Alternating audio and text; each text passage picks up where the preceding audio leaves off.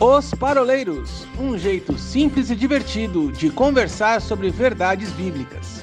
Vambora, que hoje é dia de parola! Olá pessoal, bem-vindos de volta ao segundo bloco da Parola 165, mais uma dentro do tema Perguntas de Deus, e nessa semana nós estamos conversando, parolando, sobre uma pergunta que Jesus fez aos fariseus, que está descrita lá no capítulo 16 do Evangelho de Mateus, no versículo 3, quando Jesus pergunta para aqueles homens: vocês não conseguem discernir os tempos?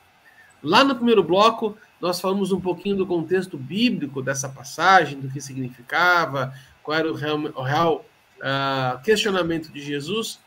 E nesse segundo bloco, como a gente tem feito todas as parolas, a ideia é a gente trazer esse tema para os dias de hoje, para a prática, para a aplicação realmente das nossas vidas. Oráculo 04, temos aí mais 25 minutos para a gente parolar sobre esse tema. Aproveitar que o Mente Brilhante não está aqui para causar em contenda. Então, vamos avançar aqui na nossa conversa. Chan, essa questão dos sinais, né? Eu até comentei no começo do primeiro bloco, que você usou na palavra passada um exemplo muito bacana a respeito das placas, né? Que avisam o que vem para frente. E a gente bate toda semana na mesma tecla com quem está nos acompanhando, de que é importante você ter uma visão contextual da passagem bíblica, ao invés de ter uma leitura isolada de um único versículo. Essa leitura isolada provavelmente vai levar você a uma interpretação equivocada do que a Bíblia está dizendo. Bom, entender um pouquinho antes já é um sinal, já é um pré-anúncio do que vai acontecer depois nas Escrituras, né? A gente vê essa narrativa ainda não crescendo. E nos dias de hoje, Xan, você que é um cara que está antenado, assim, né, mais participativo, a tua igreja é bastante avivada, né? Se movimenta muito nesse sentido. Como é que funciona para você essa questão das pessoas que só vivem à espera de um sinal? Olha, agora você me botou numa sinuca de bico, enfim. Na realidade, o que nós temos visto pelo menos o que eu tenho percebido, é uma geração que busca muitos sinais proféticos, né? Mas acabam não se movendo tanto pela palavra. Então a gente acompanha pessoas que creem no Senhor, que creem no sobrenatural, mas as coisas simples da palavra muitas vezes não conhecem. E aqui não é uma crítica a uma denominação A ou B ou um estilo de cristianismo, né? Mas a gente repara muito nisso, né? E aí, basicamente, a palavra ela traz todo o fundamento que a gente precisa para tomar as nossas atitudes e decisões. E as pessoas muitas vezes ficam esperando algum sinal para saber se deve fazer o bem, se deve ser dizimista, ofertante, se deve ir na igreja ou não, né? A gente vê muitas questões assim que você fala, mas isso aqui é o básico, né? Vocês têm a parábola lá dos rudimentos da fé, né? Então a gente vê o que é falta um pouquinho mais de conhecimento. E eu tenho visto assim, as pessoas preocupadas justamente por causa disso, porque ficam tão presas a sinais que um homem possa trazer, do que ler aquilo que já está pré-determinado pelo próprio Senhor. E isso aqui vai acontecer. Levantando uma pessoa dizendo que sim ou que não, vai acontecer o que está escrito, né? E aí, enquanto a gente estava aqui conversando, você sabe o que eu lembrei? Eu fui uma vez numa entrevista de emprego, Arthur e Paulo, e aí eu lembro assim, tinham várias pessoas nessa entrevista de emprego, umas 20, e foram aplicar uma prova para todos nós juntos. E aí quem estava aplicando falou assim, leiam a prova e depois respondam as questões. Eram acho que umas 12 questões. E ele repetiu isso umas 2, 3 vezes. Leiam a prova e depois respondam as questões. Cara, acho que 90% pegou a caneta e já saiu respondendo. Pôs nome, pá. Se eu não me engano, na 9ª questão, estava escrito assim: se você leu a prova antes de responder, abaixe sua caneta e não responda nenhuma das questões. Era uma pegadinha, mas foi avisado.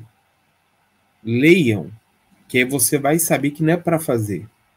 E aí eu vejo muito disso. A gente acaba não lendo, a gente ignora as placas, ignora o Waze, o caminho, e aí a gente fica, meu Deus, né? Me dá um sinal, né? Será que vai acontecer isso, acontecer aquilo?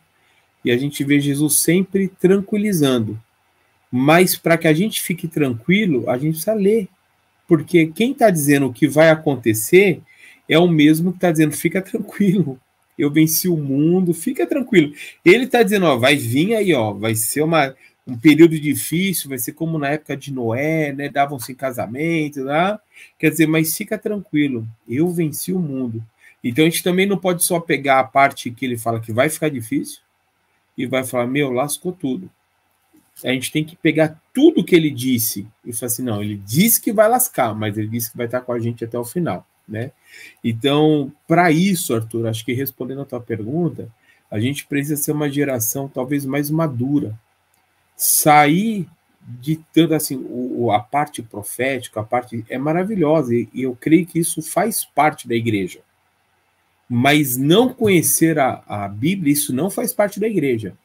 Só para terminar, né, a gente tem um costume que eu quero mudar pelo menos as minhas pregações. Quando a gente vai citar um texto, o que a gente fala para o povo no meio da pregação? Não precisa abrir, está escrito tal coisa. E talvez a gente está gerando uma preguiça no povo de folhear a palavra. E aí, domingo eu pensei nisso, a partir de hoje, eu vou falar, abre lá em tal lugar, né, para as pessoas criarem o hábito de novo de abrir a palavra e ver o que está escrito.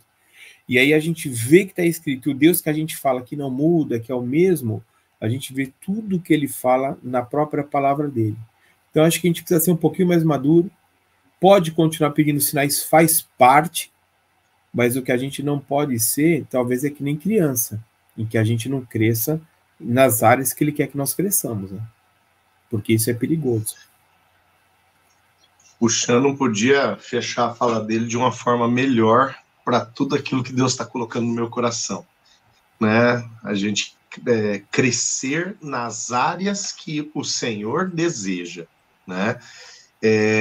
Eu acho que o texto de Mateus 16, ele é uma baita de uma advertência nesse sentido, né? Por quê? Porque, olha só, Jesus ele fala acerca da habilidade que os ícones da interpretação bíblica, né, tinham naquele tempo, né? Os grandes religiosos.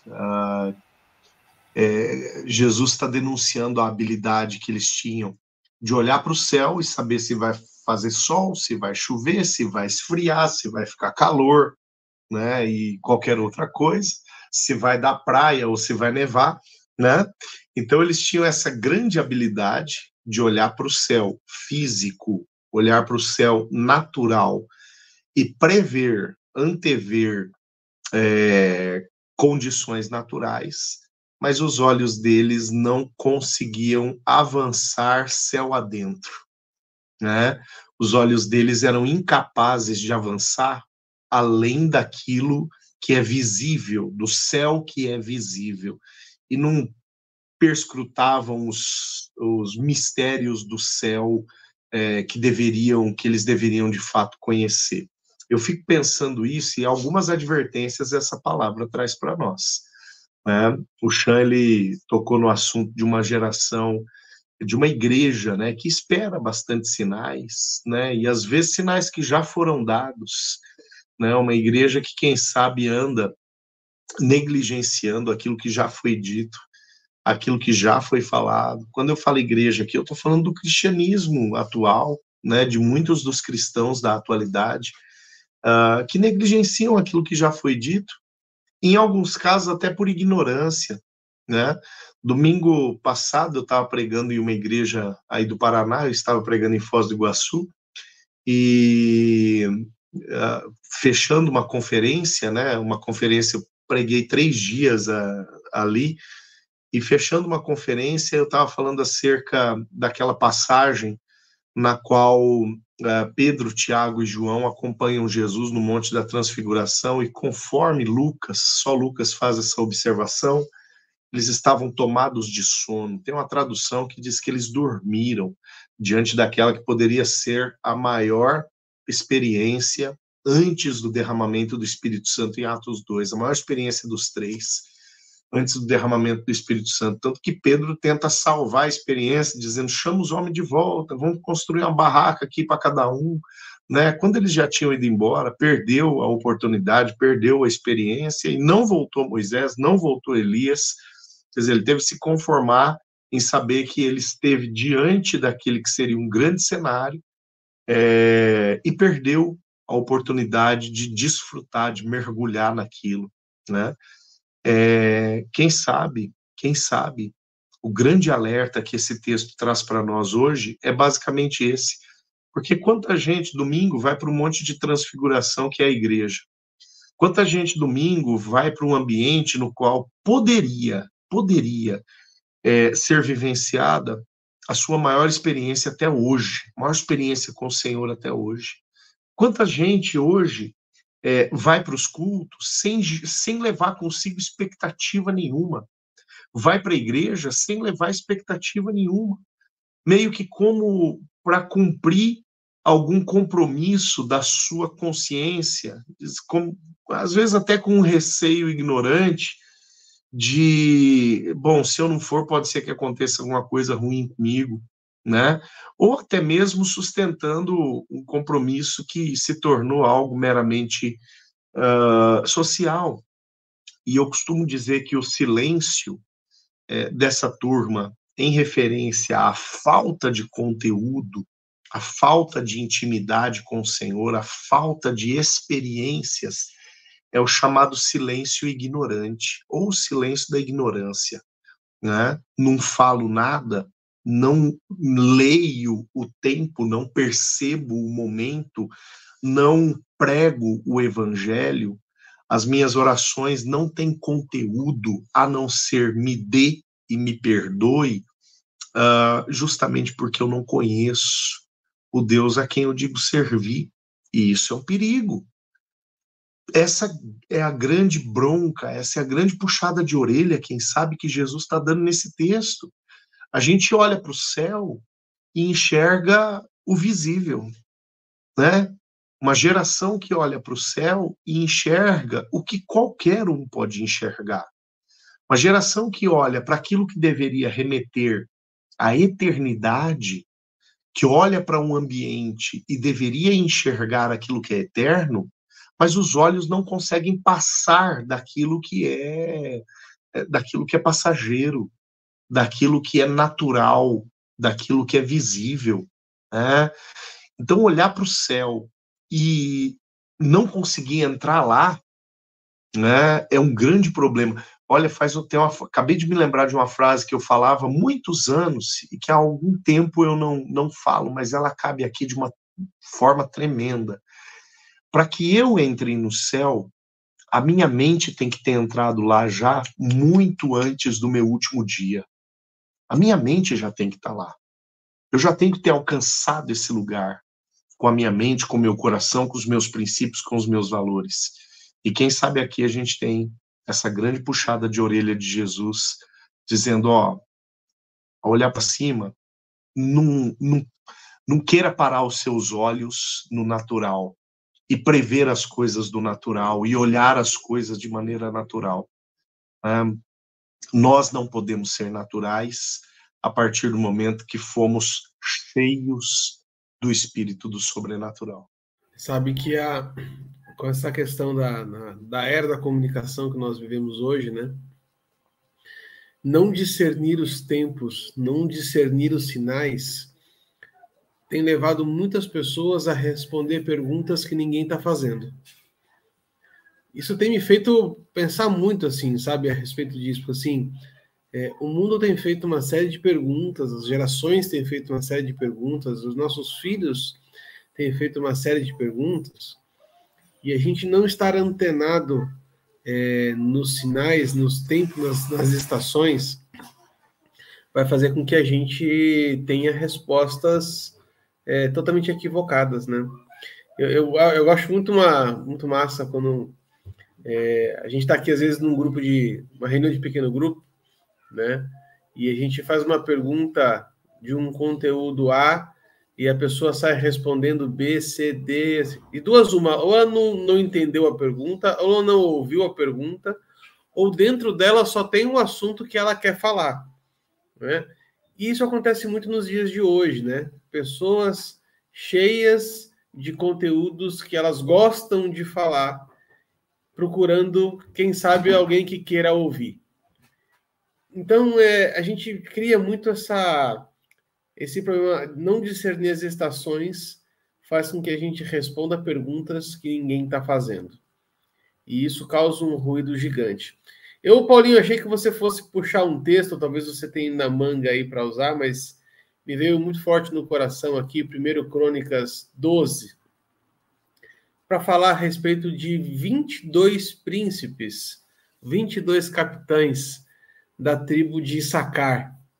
Aqui é um texto muito bacana, um texto do Antigo Testamento que vai descrever o número de soldados por tribo que se juntaram a Davi para que ele conquistasse e fosse coroado. E nós vamos ver nas escrituras lá, da tribo A, 100 mil homens, a tribo B, 30 mil homens, a tribo C, 70 mil homens, e a descrição vai vindo até que chega numa hora que ele vai falar sobre, e da tribo de Issacar, 200 deles que eram capazes de discernir, 22 capitães antes, da Zadok, né? Tem uma pregação tua sobre os 22 capitães de Zadok, mas mais para frente ele fala sobre 200 da tribo de Issacar, e ele faz a seguinte característica: aqueles que são capazes de discernir os tempos. E qual que é a consequência disso? Todos lhes obedeciam. Ou seja, saber discernir as estações, saber discernir o tempo, não vai fazer bem só para você. Vai fazer bem para todo mundo que está à tua volta.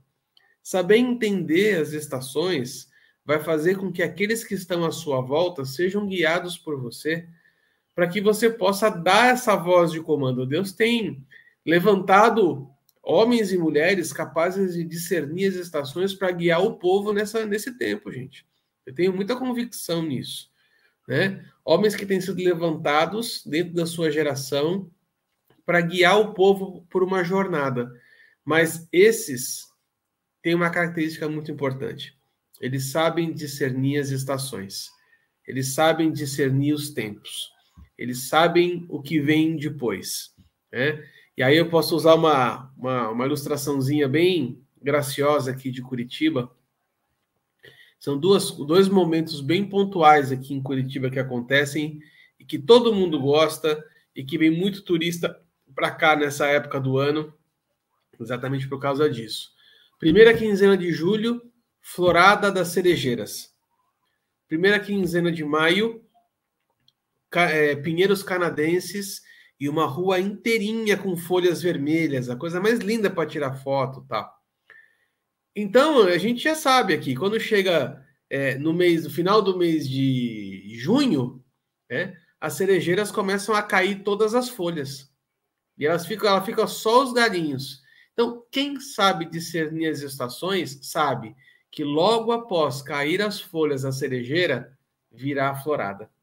E olha só que coisa interessante, quem não sabe disso, não se prepara a máquina fotográfica para tirar foto na primeira quinzena de julho.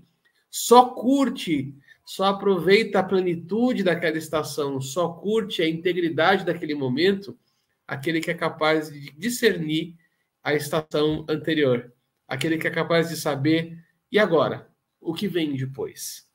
Eu acho que mais do que tudo é tempo da gente voltar para a palavra. A gente já tem falado isso em algumas parolas, mas justamente pelos sinais. E especificamente para aquilo que Jesus fala.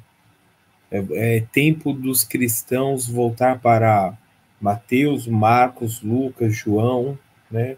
Ver o que Jesus está falando, os alertas. Mais uma vez, não para ficar com medo, mas para que a gente não pegue o Waze de Curitiba para São Paulo e vai parar na Bahia, né? E uma das coisas que me chamou a atenção nesse texto, você citou aí o versículo 4. Jesus não perdeu tempo com esse tipo de gente.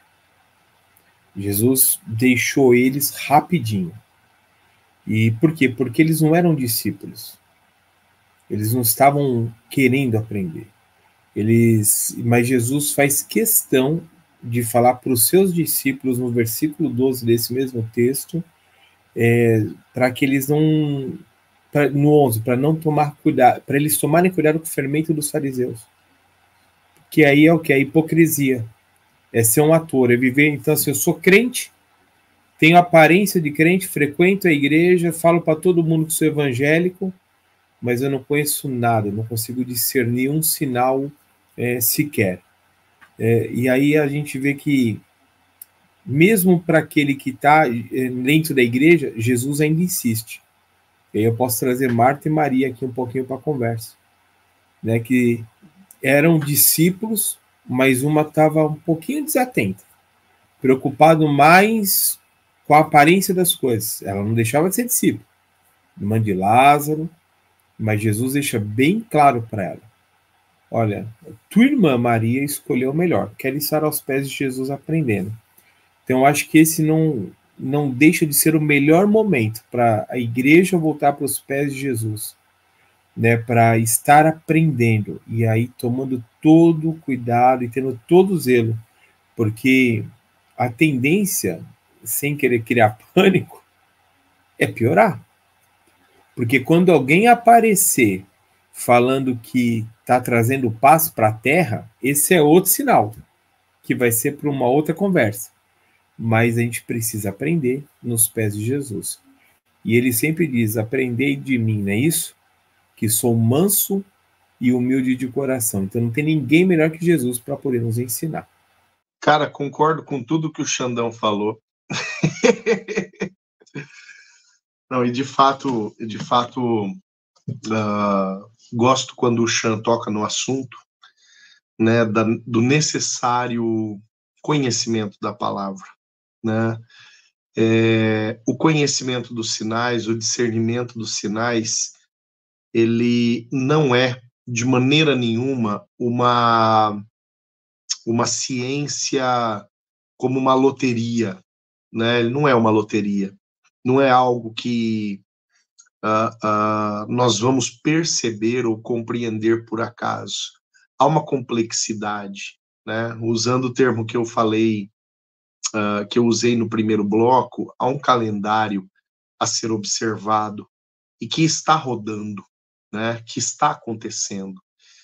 E esse calendário, ele é um calendário infalível, né? Particularmente, eu creio na infalibilidade da palavra, né?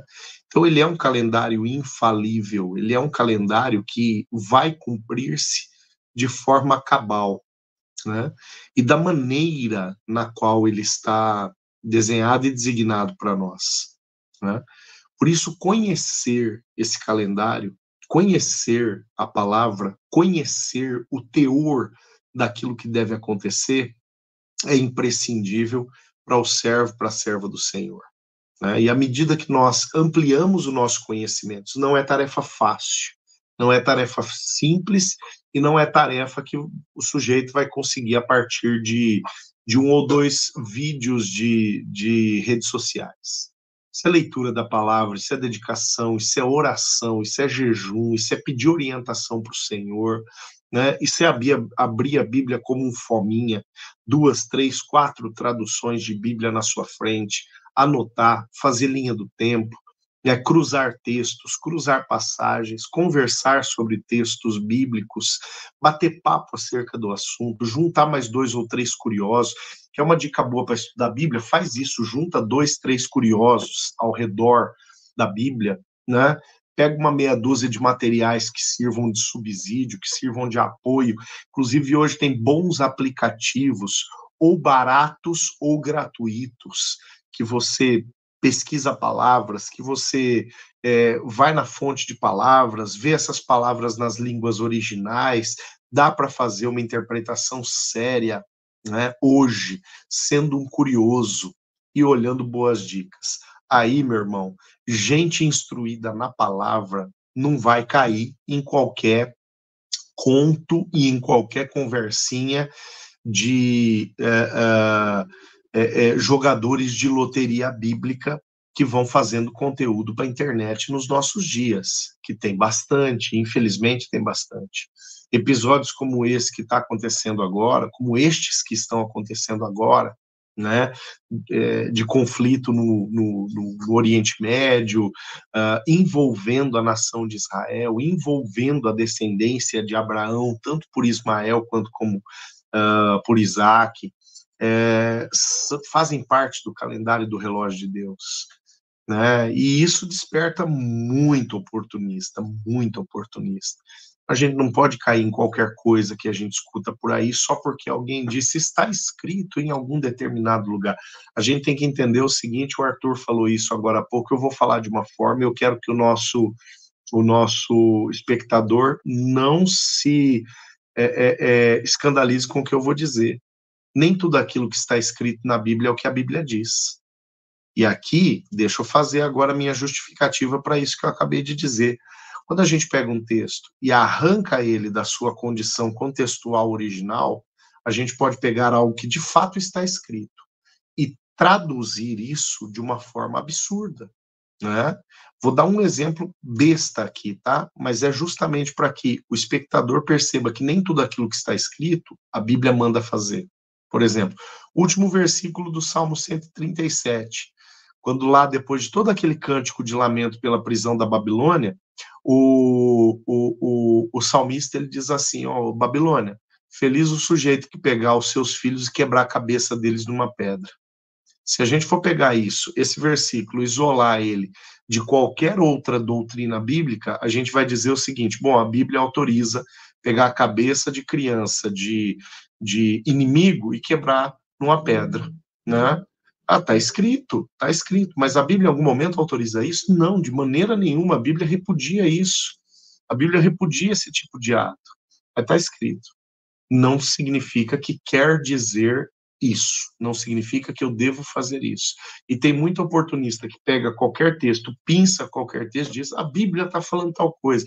E pelo fato de jogar esta legitimação dizendo a Bíblia diz, muita gente desinformada vai engolindo aquilo, né, e acreditando que aquilo é palavra de Deus. Aquela revelação é palavra de Deus.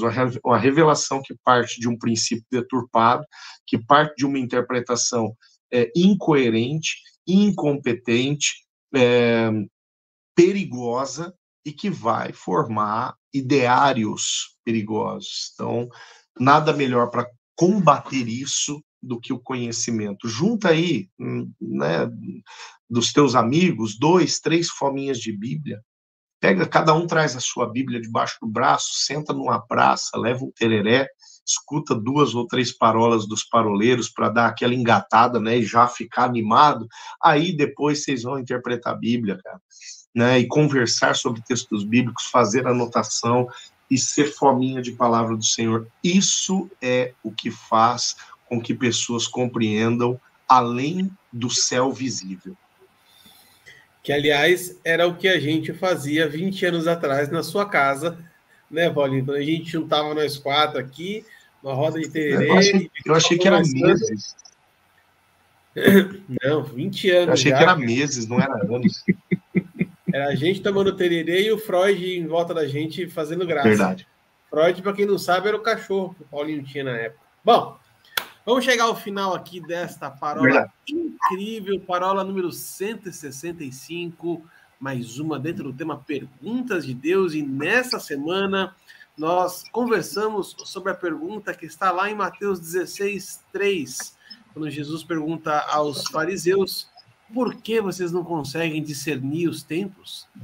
Essa semana estivemos aqui com o Oráculo Decano e 04, um grande abraço para você. Já segue a gente nas redes sociais, no Instagram, no Facebook, no YouTube. Curte o canal, ativa a sinetinha.